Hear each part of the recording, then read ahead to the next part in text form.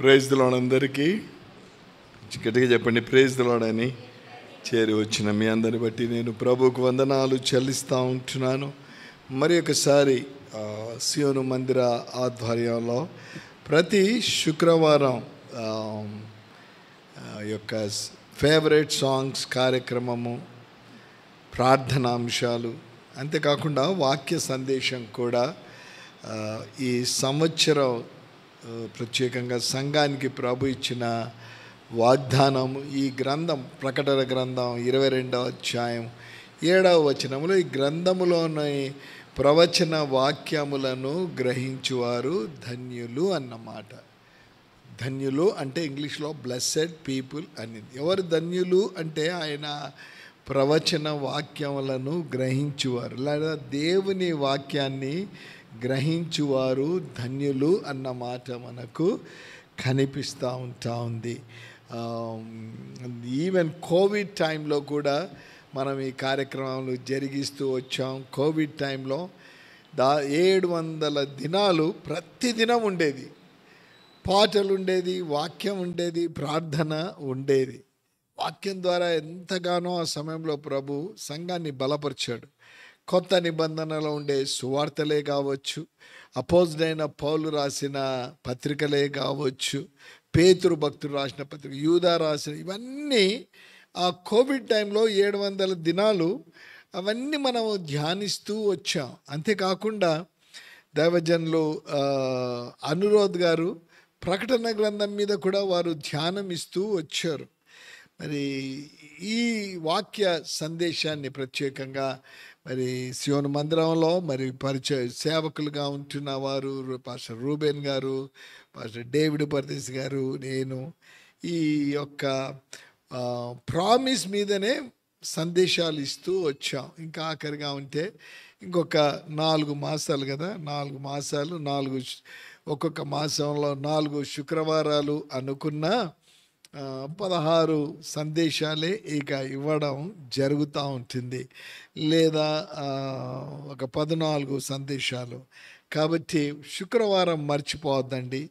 ఇంకోటి, favourite songs పెట్టడానికి కారణం ఏంటంటే మీకు అది ఎంకరేజింగ్గా ఉండాలని.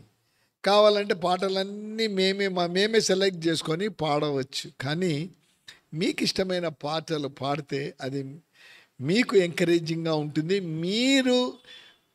మీరు ఇష్టపడిన పాట పాడే సమయంలో వేరే వాళ్ళకు అది ఆశీర్వాదకరంగా కూడా, వారు కూడా బలపరచబడతారు అన్న ఉద్దేశంతోనే దాన్ని తెలియచేస్తా. మాకు టైప్ చేయడానికి రాదు అంటే ఎవరైనా మీ పిల్లలను, మనవరాలను అడిగితే వాళ్ళు టైప్ చేస్తారు, పాట నంబరు లేకుంటే పాట పేరు పెట్టేస్తే చాలు, మీకు అది ఆశీర్వాదకరంగా ఉంటుందన్న విషయాన్ని తెలియచేస్తూ ఉంటున్నాం. ఎంతవరకు జరుగుతుందో మాకు తెలియదు, కానీ మరి కదా ఈసారి మరి పాటల పుస్తకం కూడా ప్రింట్ చేయాలి. కొన్ని పాటలు మేము రాని పాటలు కొన్ని వేసాం, ఏదో కొద్ది మందికి వస్తుందని. సో ప్రియ యూట్యూబ్లో వాక్యాన్ని వింటున్న వారు కావచ్చు, సియోను మందిరంలో వాక్యాన్ని వింటున్న వారే కావచ్చు, నెక్స్ట్ టైం నుంచి మీ పాటలు తెలియచేయాలని మనవి చేస్తూ ఉంటున్నాం. సో ఈ ప్రవచన వాక్యములను గ్రహించువారు ధన్యులు. ధన్యులంగా ఉండాలి అంటే తప్పకుండా దేవుని వాక్యాన్ని గ్రహించాలి, అర్థం చేసుకోవాలి. కీర్తనలో కీర్తనకారుడు 1వ కీర్తనలో అంటాడు, ఇదిగో దివారాత్రులు, ధర్మశాస్త్రమును దివారాత్రులు ధ్యానించువాడు ధన్యుడు. ఎలా ఉంటాడంటే నీటి ఓరను నాటబడిన ఫలమిచ్చు చెట్టు వలె ఉంటాడు అని కూడా వాక్యం ఉంటా ఉంది. ఇర్మియా గ్రంథంలో ఇంకొక మాట ఉంటుంది 17వ అధ్యాయంలో, ఎవరైతే ప్రభువునందు వాక్యమునందు విశ్వాసం ఉంచారో, వాక్య ప్రకారం జీవించారో, వారు అరూర వృక్షం వలె వరుహ వృక్షం వలె ఉంటారు అని వాక్యం సెలవిస్తూ ఉంటుంది. ఆ చెట్టు ఉంటుందే కానీ దాని నుంచి లాభము ఉండదు అన్న విషయాన్ని నేను మీకు జ్ఞాపకము చేస్తూ ఉన్నాను కదా. చాలాసార్లు పిల్లలకు చెప్తా ఉంటాం, గ్రహించారా గ్రహించారా అంటే గ్రహించాము అంటూ ఉంటారే కానీ ఆ గ్రహింపు ఎక్కడ వెళ్తుందో తెలియదు కదా. చదువుల కంటే ఈ మధ్య ఎక్కువగా పిల్లలు వేరే వాటికి అట్రాక్షన్స్ అయిపోతూ ఉంటున్నారు. దుర్దినములు రాకముందే, ప్రసంగి గ్రంథములో ఆ మాట ఉంది, దుర్దినములు రాకముందే నీ సృష్టికర్తను స్మరణకు తెచ్చుకోవచ్చు, జ్ఞాపకం చేసుకో. భయంకరమైన ప్రియ విశ్వాసులు, భయంకరమైన దినాలలో ఉంటా ఉన్నాము. అందుకే ఎన్ని విధాల కదా. ఇప్పుడు సంఘ వార్షికోత్సవం ఉంది సెప్టెంబర్ 19, 20, 21, 22 తారీఖుల్లో. దైవజనులు స్పర్జన్ గారు, జాన్ పాల్ స్పర్జన్ గారు, మన యేసు అనుచరులు ఆ సంస్థ నుంచి జోషన్న గారి పెద్ద కుమారుడు కదా, అనేక సంవత్సరాలు, దాదాపు ఒక 25 నుంచి 30 సంవత్సరాలు ఆయన అమెరికా దేశంలో ఉన్నాడు. చెప్పాలంటే అమెరికన్ సిటిజన్ ఆయన. కానీ వారి తండ్రి వదిలిపెట్టిన పరిచర్య తాను కొనసాగించాలి అని అంత వదిలిపెట్టి వచ్చేసాడు. ఆయన రమ్మన్నాం మనం. ఆ 4 దినాలు దివ్యమైన సందేశం ఆయన ఇవ్వాలన్న ఉద్దేశంతో. సో దాని కొరకు మనం 30 దినాల ప్రార్థన ఏర్పాటు చేశాం. 30 days మార్నింగ్ 11 o'clock నుంచి 1 o'clock దాకా. ఈ దినం ఉదయం కూడా ప్రార్థన జరిగింది. ఉదయం 11 గంటల నుంచి 1 గంట వరకు చాలామంది వస్తున్నారు. 30 దినాలు ఎవరో ఒక దైవ సేవకురాలినో దైవ సేవకునో అడిగాం, మీరు వచ్చి మా మందిర వాక్యం చెప్పండి అని. మాసమంతా నేనే 30 దినాలు చెప్పవచ్చు, లేదా ఇంకెవరైనా చెప్పొచ్చు. కానీ వారు ఏం చెప్తారు, కొత్త మెసేజ్ ఏం చెప్తారు అన్న ఉద్దేశంతో అరేంజ్ చేయడం జరిగింది. ప్రేక్షకులు, ఒకవేళ మీరు ఇక్కడ దగ్గర ప్రాంతంలో కృష్ణానగర్, ఇందిరానగర్ లేదా ఒక 5-6 కిలోమీటర్ల దూరంలో ఉంటే ఉదయం మీరు ఫ్రీగా ఉంటే రండి. 11 గంటల నుంచి 1 గంట వరకు అద్భుతమైన ప్రార్థనలు. మీ వ్యక్తిగతం కొరకు మీరు ప్రార్థన చేసుకోవచ్చు, సంఘం కొరకు ప్రార్థన చేస్తాం, దేశం కొరకు, ప్రపంచం కొరకు, వీటిలో మీరు పాలు పొందాలని మనవి చేస్తూ ఉన్నాను. ఇది మరి ఒక సందేశాన్ని నేను మీ మధ్యకు ఇదే ప్రామిస్ మీద మరి ఒక సందేశాన్ని నేను మీ మధ్యకు తీసుకొని వస్తూ ఉంటున్నాను. యెషయా గ్రంథం 53వ అధ్యాయం. ఆనాడు చెప్పబడిన మాటలు అవి నెరవేరాయి అని వాక్యం సెలవిస్తుంది. ఆ విధంగా జరుగుతుందా లేదా అన్న విషయాలు మనం చూద్దాం. 53 యెషయా గ్రంథం 53. మీరు ఇంటికి వెళ్ళిన తర్వాత తప్పకుండా టైం ఉంటే 53వ అధ్యాయం 12 వచనాలే, 12 నిమిషాలు కూడా కాదు, మేబీ ఒక 5 నిమిషాలు కావచ్చు. సో ఆ అధ్యాయం మీరు చదువుకుంటే మీకు ఆశీర్వాదకరంగా ఉంటుంది. నేను ఒక వచనం మట్టుకే మీకు చదువుతాను. యెషయా గ్రంథం 53వ అధ్యాయము 7వ వచనం. అతడు అన్నప్పుడు పరిశుద్ధుడైన దేవుడు, లోకరక్షకుడైన దేవుడు, యేసు ప్రభుని గురించి ప్రవచనము చెప్పబడింది. 7వ వచనం.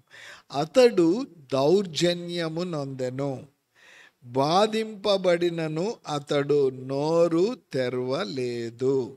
వదకు తేబడు గొర్రె పిల్లయు బొచ్చు కత్తరించువాని ఎదుట గొర్రెయు మౌనముగా నుండునట్లు అతడు నోరు తెరవలేదు అని 7వ వచనంలో లిఖితం. యేసు ప్రభు ఈ లోకానికి నరవతారిగా రాకముందర రాయబడిన మాట. ఆయన ఈ లోకంలో పుట్టలేదు, కానీ ఆయన ఈ లోకానికి వస్తాడు.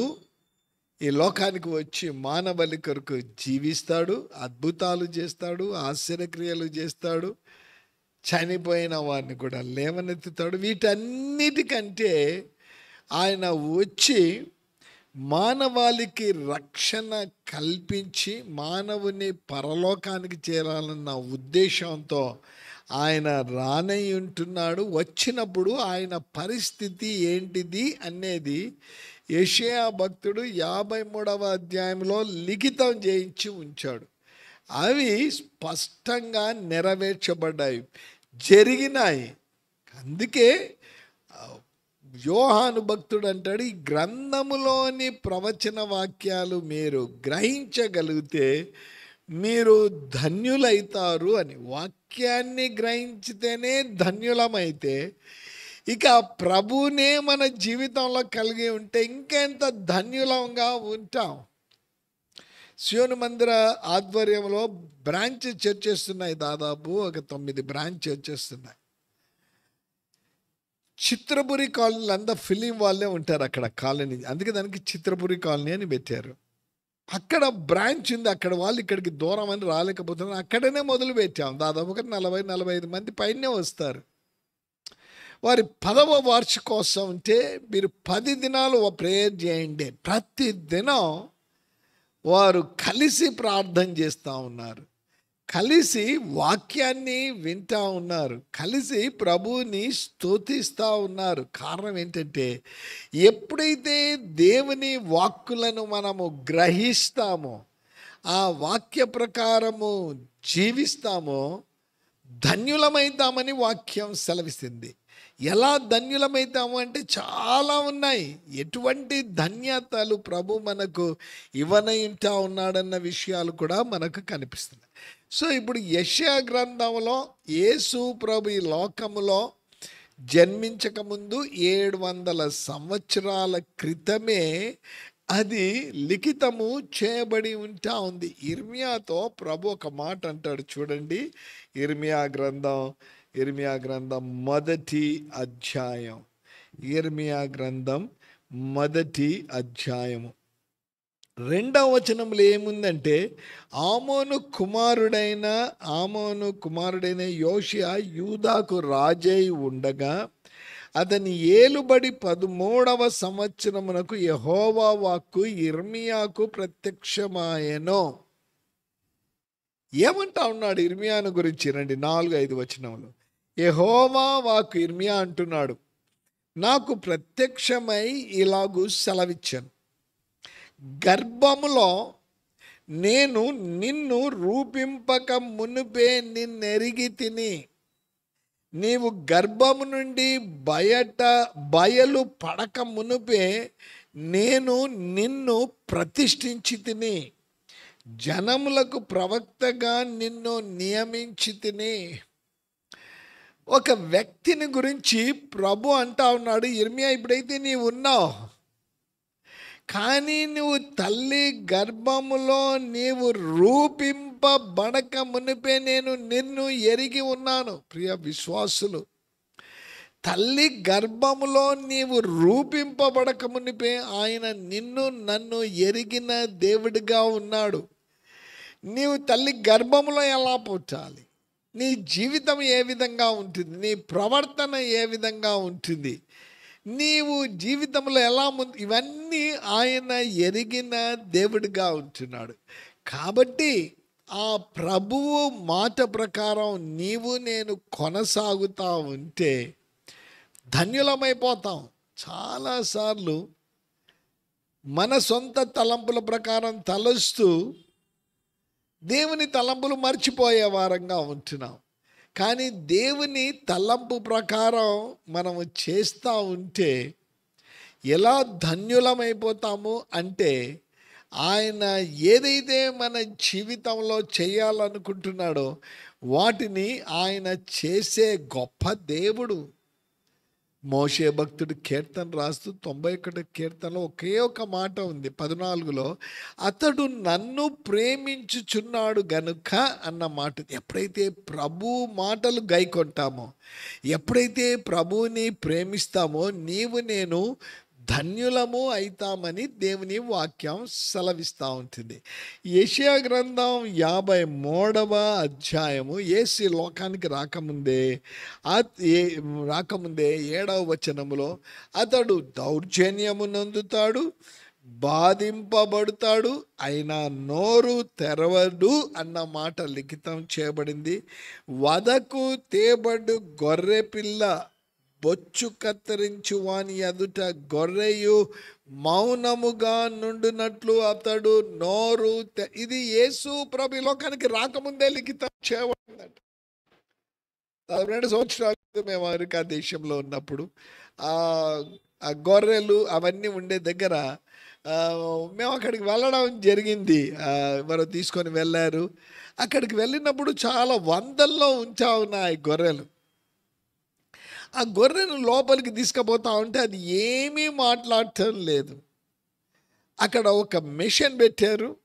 ఆ మిషన్కి ఒక పెద్ద పొడుగాటి కత్తి పెట్టేశారు. ఆ గొర్రెను అక్కడ నిలబెట్టేశారు. ఆ పొడుగాటి కత్తి ఒక్కసారి దాని మెడ మీదకి వచ్చేసింది. కొంచెం శబ్దం వచ్చింది అంతే. దానికి తెలియదు ఆ సమయంలో అది వదకు తేబడుతుంది అని చెప్పి. యెషయా భక్తుడు అంటాడు, అతడు వదకు తేబడిన గొర్రె పిల్లయు బొచ్చు కత్తిరించు వాని ఎదుట గొర్రె మౌనముగా ఉండునట్లు మౌనం వహించాడు. ఆయన పుట్టక ముందు ఈ మాట ఉంది. ఆయన లోకానికి వచ్చిన తర్వాత జరిగిందా ఈ కార్యం? జరిగిందా? చాలామంది అంటారు, అయ్యగారు ప్రార్థన చేస్తున్నాం, ఇంకా జరగలేదు. సంవత్సరమైంది, జరగలేదు. 2 సంవత్సరాలైంది, జరగలేదు. కానీ దేవుడు తన ఉద్దేశ ప్రకారం జరిగిస్తాడు. ఆగస్టు 15 4 గంటల ఉపవాస ప్రార్థన, ఉదయం 5:30 నుంచి 9:30 దాకా 4 గంటలే ప్రార్థన, వాక్యం అన్నీ ఉండినాయి. సంఘానికి వచ్చిన వారితో నేను అడిగాను, ఎంతసేపు చేస్తాం ప్రార్థన? అరగంట చేస్తాం, 15 నిమిషాలు చేస్తాం, అనుకుంటే దినంలో 1 గంట చేస్తాం చెప్పాను. ఒక గుండి చాలా కాలం ప్రార్థన చేశారు. కొంచెం ఎవరు అనుకున్నారు. ఇశ్రాయేలు ప్రజలు 400 కంటే ఎక్కువ సంవత్సరాలు వారు చేస్తే అప్పుడు దేవుడు వారి మొర విన్నాడు. ఎందుకు ఆ మాట చెప్తున్నాడు? కార్యం సఫలమైతుంది. యెషయా భక్తుని ద్వారా లిఖితము చేయబడిన మాట సువార్తలలో లిఖితం చేయబడింది. మత్తయి, మార్కు, లూకా, యోహాను వీళ్ళు లిఖితం చేశారు. జరిగింది, మేము చూసాము అన్న మాట కనిపిస్తుంది. మొదటి యోహాను పత్రిక, బైబిల్ ఉంటే తెరవండి మీ దగ్గర. మొదటి యోహాను పత్రిక, 3 పత్రికలు ఉన్నాయి.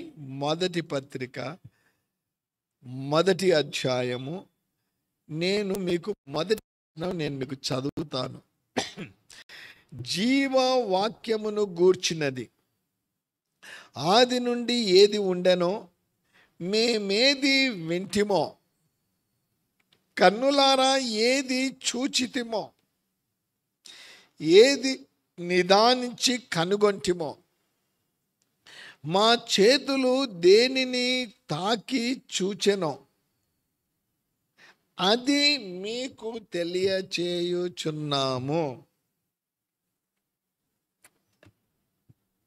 యోహాను సువార్త రాశాడు, పత్రికలు కూడా రాశాడు.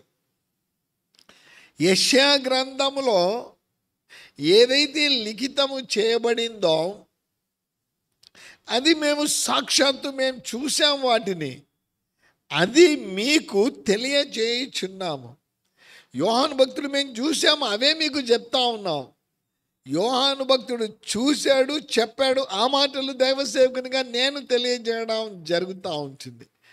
ప్రియ విశ్వాసులు, ప్రియ ప్రేక్షకులు, ఎక్కడ కానీ ఈ విధంగా జరగలేదు. జరగబోతుందా లేదా తెలియదు, కానీ కొన్ని విషయాలు జరుగుతాయి. పరిశుద్ధ గ్రంథములో లిఖితం చేయబడినది తప్పకుండా నెరవేర్చబడింది. పాత నిబంధనలో రాయబడినది కొత్త నిబంధనలో నెరవేర్చబడింది. పాత నిబంధనలో జరగనై ఉంటున్నవని లిఖితం చేయబడినవి రాబో దినాల్లో జరగనై ఉంటున్నాయి. ప్రభుత్వమిది 12 వాటిలో ఒక 2-3 సార్లు మరొకసారి నేను మీ మధ్యకు వచ్చినప్పుడు ప్రవచన వాక్యములలో ఇంకా జరగనై ఉన్నావో వాటిని గురించిన ప్రస్తావన ప్రభుత్వమైతే నేను తర్వాత మీ మధ్యకు తీసుకున్నాను. రండి, యెషయా గ్రంథం 53లోనేమో దౌర్జన్యమునున్నాడు, బాధింపబడినను అతడు నోరు తెరవలేదు. రండి, మార్కు సువార్త 14వ అధ్యాయం. మార్కు సువార్తలు కదా, మత్తయి, మార్కు, లూకా, యోహాను ఉంటా ఉంది. సో రెండవ సువార్త మార్కు సువార్త 14వ అధ్యాయం 61వ వచనాన్ని నేను మీకు చదువుతాను, మీరు చూడండి. అయితే ఆయన యేసుక్రీస్తు ప్రభు ఉత్తరమేమియు చెప్పక ఊరకుండెనో. అయితే ఆయన ఉత్తరమేమియు చెప్పక ఊరకుండెను. ఎవరైనా ఆది యందు ఉన్న దేవుడు, ఆదికాండం 1వ అధ్యాయంలో, భూమి శూన్యముగాను నిరాకారముగాను ఉండెను, జలముల మీద అలలాడుచుండెను అని కూడా రాయబడింది. అలా ఉన్న దాన్ని మాట ద్వారా వెలుగు కమ్మంటే వెలుగు కలిగింది, చీకటి కలిపేది. రెండింటిని వేరు చేసే వెలుగు కమ్మని చెప్పాడు, చీకటి కలుగునుగాక అన్నాడు. నీళ్ళన్నీ ఒక దగ్గర ఉండాలని చెప్పాడు, భూమి ఒక దగ్గర ఉండాలి. ఆ విధంగానే జరిగాయి కదా. సముద్రాలు ఎంతో దూరం ఉంటాయి, కానీ వాటికి పరిమితి పెట్టేసాడు, ఇక్కడ దాకానే నీవు. మాట పలుకుతే జరిగినాయి కార్యాలు. సూర్య చంద్ర నక్షత్రాలు వస్తాయంటే వచ్చేసాయి, కలుగును గాక అంటే వచ్చేసేసాయి. పక్షులు కలుగును గాక, జలరాశులు కలుగును గాక, అన్నీ చెప్తే ఆ విధంగా జరిగిపోయిందండి. నోరు తెరిస్తేనే అద్భుతాలు జరిగాయి. ఆయన ఈ లోకానికి రాకముందరనే. అతి ఘనుడైన దేవుడు నరవతారిగా వచ్చినప్పుడు నోరు తెరిస్తే కార్యాలు సఫలమైపోయాయి.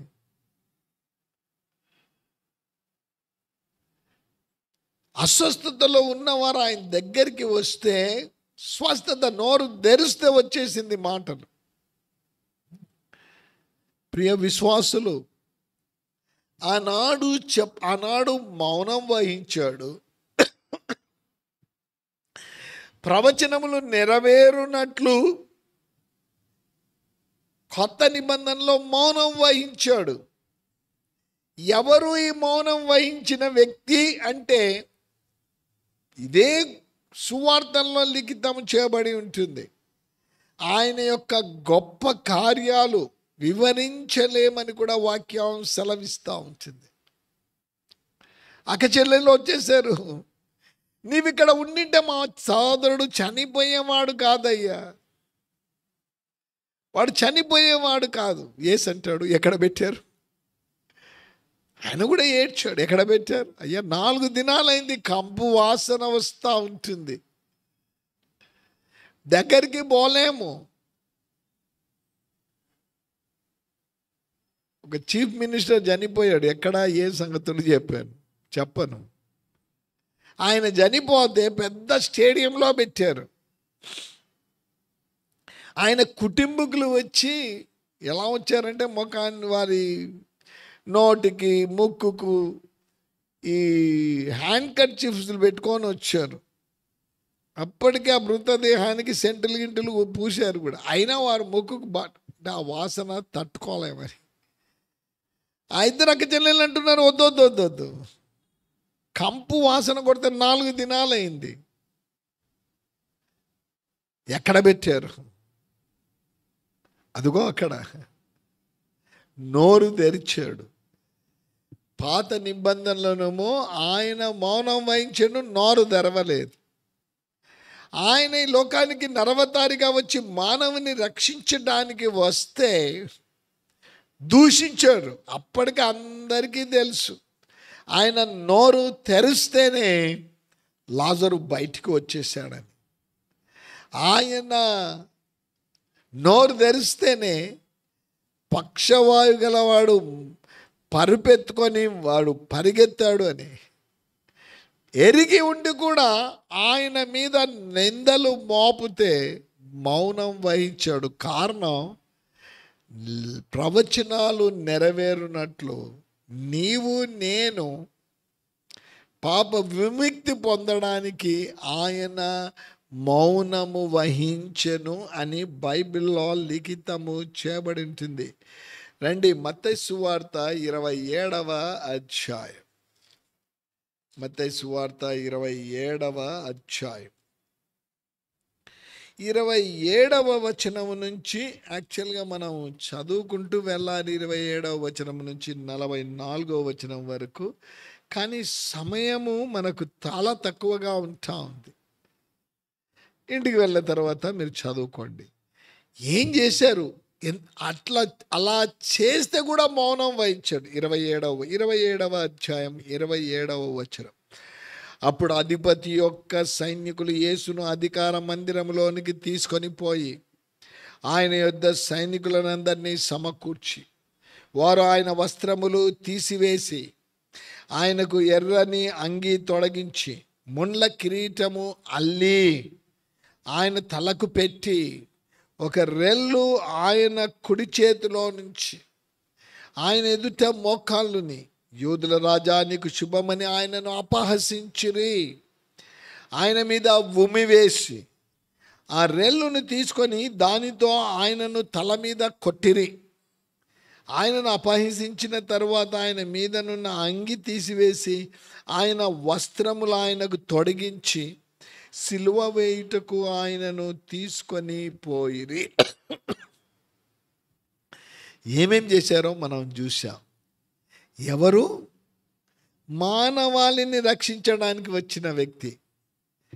పాత నిబంధనలో యెషయా ప్రవక్త అంటాడు ఆయన దౌర్జన్యం నందుతాడు, కానీ మౌనము వహిస్తాడు. అదే జరిగింది కొత్త నిబంధనలో. అక్కడ మార్కు సువార్తలు ఏం చేశాడు? మౌనంగా ఉన్నాడు. అలా అంటుంటే కూడా ఏమాత్రం నోరు తెరవలేదు. ఆయన వస్త్రాన్ని తీసేస్తూ ఉంటే నోరు తెరవలేదు. ముండ్ల కిరీటం కొడతా ఉంటే నోరు తెరవలేదు. అంతేకాకుండా ఆయన మీద ఉమి వేస్తే ఆయన నోరు తెరవలేదు. కానీ కారణం ప్రవచనాలు నెరవేరడానికి. ప్రియ ప్రేక్షకులు, మందిరంలో కూర్చున్నవారు, ప్రవచనం నెరవేరబడడానికే ఆయన మౌనం వహించాడని వాక్యము సెలవిస్తూ ఉంటుంది. రండి, మత్తయి సువార్త 26వ అధ్యాయం 26వ అధ్యాయంలో ఒక మాట కనిపిస్తుంది. యేసు ప్రభు తర్వాత వారు కత్తులు పట్టుకొని వచ్చారు, గుదియలు పట్టుకొని వచ్చారు యేసును పట్టుకోవడానికి. యేసు అంటారు, నేను ఎప్పటికన్నా ఉంటాను కదా, మీరు ఎందుకు ఇవన్నీ పట్టుకొని వచ్చారు? అంత లోపలికి అక్కడ ఆయన శిష్యుడైన పేతురు ఉన్నాడు. ఆయన దగ్గర కత్తి ఉంటే ఆ కత్తి తీసుకొని వచ్చిన వాళ్ళ ఒకని ప్రధాన యాజకుని దాసుని చెవి కొట్టేశాడు, చెవి నరికేశాడు. 52వ వచనం 26-52. యేసు నీ కత్తి వరల్లో తిరిగి పెట్టుము, కత్తి పట్టుకొని వారందరూ కత్తి చేతనే నశించుదురు. 53వ వచనం చాలా జాగ్రత్తగా చూడండి. ఈ సమయమున నేను నా తండ్రిని వేడుకొనలేననియు వేడుకొనిన ఎడల ఆయన 12 సేనా వ్యూహముల కంటే ఎక్కువ మంది దూతలను ఇప్పుడే నాకు పంపడనియు నీవు అనుకొని పెదరో. ఏమనుకుంటున్నావయ్యా? వాళ్ళు అలాగొస్తే నేను మౌనంగా ఉన్నానని ఏమో కత్తి తీసి ఆ చెవి నరికేశావు. కానీ నేను నా తండ్రిని అడిగితే 12 వ్యూహముల సైన్యాన్ని పంపిస్తాడు. ఒక్క వ్యూహంలో 6,000 మంది సోల్జర్స్ ఉంటారు. పంపడు అనుకుంటున్నావా? పంపిస్తాడు. కానీ లేఖనములు నెరవేరునట్లు నేను ఏమాత్రం మాట్లాడటం లేదు. నేను అడిగితే వచ్చేస్తారు, సమూహం అంతా పరం నుంచి వచ్చేస్తారు. కానీ అది కాదు ఉద్దేశం. మానవాళి కొరకు నేను దౌర్జన్యం నొందాలి, నేను దూషింపబడాలి, స్వరూపమైన సొగసైనను లేనివాడని కావాలి. 53వ యెషయా గ్రంథంలో అబద్ధపు సాక్ష్యాల ద్వారా అతడు అన్యాయపు తీర్పు పొందినవాడై కొనిపోబడెను. లేఖనములు నెరవేరునట్లు ఆ విధంగా జరిగిందని వాక్యం సెలవిస్తూ ఉంటాం. మార్కు సువార్త 15వ అధ్యాయం ముగించుకుందాం ఒక 5 నిమిషాల్లో. మార్కు సువార్త 15వ అధ్యాయం 16వ వచనంలో, అక్కడ ఇంతకుముందు చదివినవే మళ్ళీ కనిపిస్తున్నాయి. 16వ వచనం నుంచి నేను మీకు చదువుతాను. అంతటా సైనికులు ఆయనను ప్రేతోర్యమను అధికార మందిరములోనికి తీసుకొని పోయి సైనికులందరినీ సమకూర్చుకొనిన తరువాత ఆయనకు ఊదా రంగు వస్త్రము తొడిగించి ముండ్ల కిరీటమును ఆయన తల మీద పెట్టి, యూదుల రాజా నీకు శుభమని చెప్పి ఆయనకు వందనము చేయసాగిరి. మరియు రెల్లుతో ఆయన తల మీద కొట్టి ఆయన మీద ఉమ్మివేసి మోకాళ్ళుని ఆయనకు నమస్కారము చేసిరి. వారు ఆయనను అపహసించిన తరువాత ఆయన మీద ఉన్న ఊదారంగు వస్త్రము తీసివేసి ఆయన బట్టలు ఆయనకు తొడిగించి ఆయనను సిలువ వేయుటకు తీసుకొని పోయిరి. 53వ అధ్యాయం యెషయా గ్రంథంలో ఇంకా చాలా విషయాలు అక్కడ ఉంటున్నాయి. అతడు పొందిన గాయముల చేత మనకు స్వస్థత కలుగుచున్నది అని ఉంది. తో ఆయనను కొట్టారు, ఉమ్మి వేశారు, సిలువ వేశారు. జరిగిన సంఘటన ఏంటంటే అప్పుడు కూడా అద్భుతాలు జరిగాయి. ఆయన నోరేం తెరవలేదు. ఆఖరికి 7 మాటలు మాట్లాడాడు. 7వ మాటలో, తండ్రి ఇదిగో నీకు నా ఆత్మ నీకు అప్పగించుకొనుచున్నాను అని అరిచాడు, కేక వేశాడు. ఆ కేకకు దేవాలయం యొక్క తెర సగానికి చినిగిపోయింది. సమాధులు తెరవబడ్డాయి. చనిపోయిన వారు లేచారు. పునరుద్ధాన దినమందు వారందరికీ కనిపించారు. ఎవరైతే యేసును కొట్టి హింసించి బాధించి సిలువకు అప్పగించాడో అతడు అంటాడు, ఆ శతాధిపతి, ఈయన నిజముగా దేవుని కుమారుడు.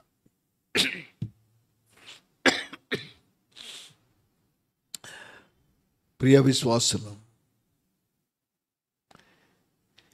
బైబిల్లో సత్యాలే ఉన్నాయి.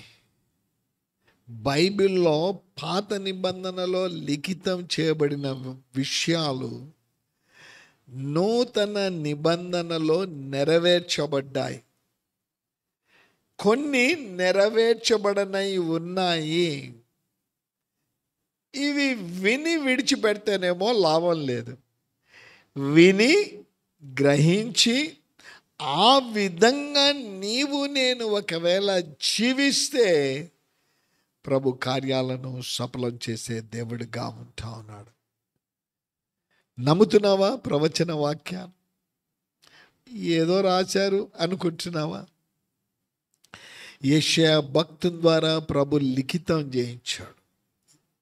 జరగనై ఉన్న వాటిని దాదాపు ఒక 4 మాసాల క్రితం చెప్పాను. యెషయా గ్రంథం 9వ అధ్యాయం 6వ వచనం, మనకు కుమారుడు అనుగ్రహించబడెను, ఆయన భుజముల మీద రాజ్యభారం ఉండను, ఆయన ఆలోచనకర్త, ఆశ్చర్యకరుడు, ఆలోచనకర్త, బలవంతుడైన దేవుడు, నిత్యుడగు తండ్రి, సమాధానకర్తకు ప్రభువు.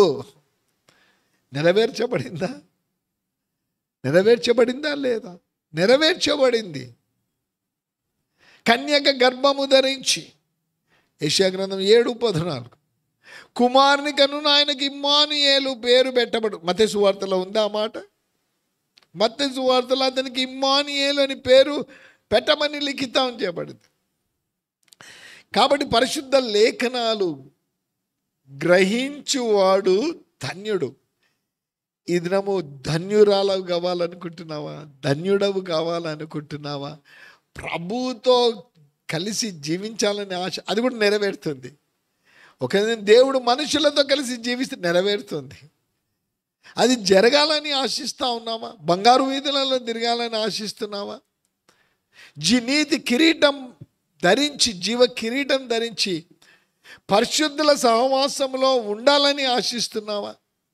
లోకంలో శ్రమలు కలగవచ్చు, బాధలు కలగవచ్చు. నీవు ప్రవచన వాక్యాలను గ్రహించి ఆ విధంగా జీవిస్తూ ఉంటే హింసిస్తుండొచ్చు, బాధించవచ్చు. దినమున ఒక సహోదరుడు ఉత్తరప్రదేశ్ నుంచి పంపి, అయ్యా అర్జెంట్ ప్రేయర్ రిక్వెస్ట్, అయ్యా ప్రార్థన చేయండి. ఆ గ్రామంలో కొంతమంది ప్రభువుని నమ్ముకున్నారయ్యా.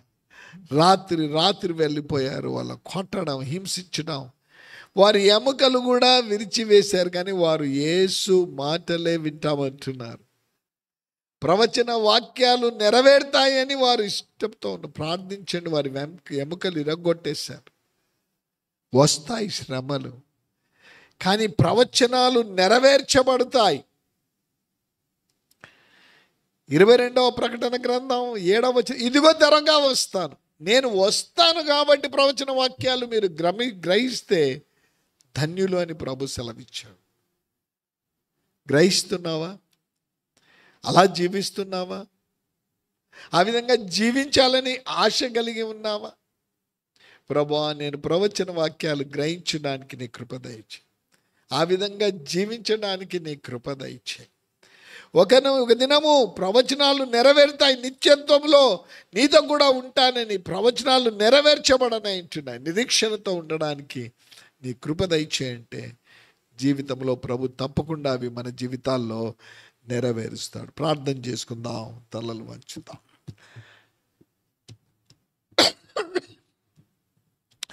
పరిశుద్ధుడైన ప్రేమ కలిగిన తండ్రి, మీరు మాట్లాడే దేవుడవు నాయన. మీరు అన్నారు, నోరు విప్పితే నాయన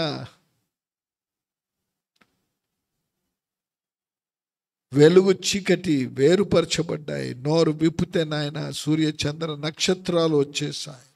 మీరు నోరు విప్పితే నాయన జలరాశులు, పక్షులు అన్నీ వచ్చాయి.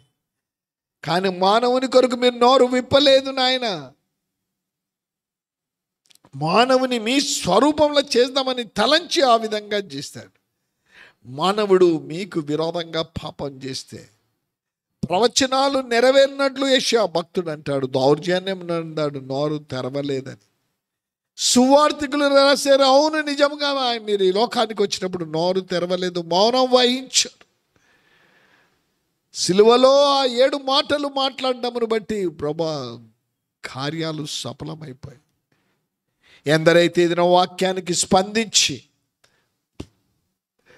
ప్రవచన వాక్యాలను గ్రహించకపోతే నష్టపోతానని గ్రహించి ఆ విధంగా జీవించాలని ఆశిస్తున్నారు, ధన్యులు కావాలనుకుంటున్నారు, వారితో మీరు మాట్లాడండి. గ్రహించగలిగిన జ్ఞానము దయచేయండి. నా కాలక్ష్యమైతే మరి యొక్క శుక్రవారం వాక్యం ద్వారా బలపరచబడే కృప దయచేయండి. ఇది నా వచ్చి ఎంతో పనులున్నా నాయన, ఫేవరెట్ సాంగ్స్ పాటలు పాడారు, బిడ్డల్ని దీవించండి. నడిపించిన మీ దాసుని దీవించండి. సంఘానికి వచ్చి వాక్యం విన్న వారిని దీవించండి. వారికి ఏవైనా శరీర బలహీనతల నుంచి విడుదల దయచేయండి. రేపు ఉదయం జరగనంటున్న ఫాస్టింగ్ ప్రేయర్లో అనేకులు వచ్చి పాలు పొందే కృప దయచేయమని యేసునామమున ప్రార్థిస్తున్నాము తండ్రి, ఆమేన్. పరమ తండ్రి అయిన దేవుని ప్రేమ, కుమారుడైన యేసుక్రీస్తు ప్రభు కృప, పరిశుద్ధాత్మ యొక్క అన్యోన్య సహవాసం చేరిన మనకు విత్తబడిన వాక్యమునకు చేరువచ్చిన పరిశుద్ధులకు, విశ్వాసులకు ఇప్పుడు ఎల్లప్పుడు క్రీస్తు వచ్చి పర్యంతం సదా తోడేండి నడిపించును గాక. ఆమేన్.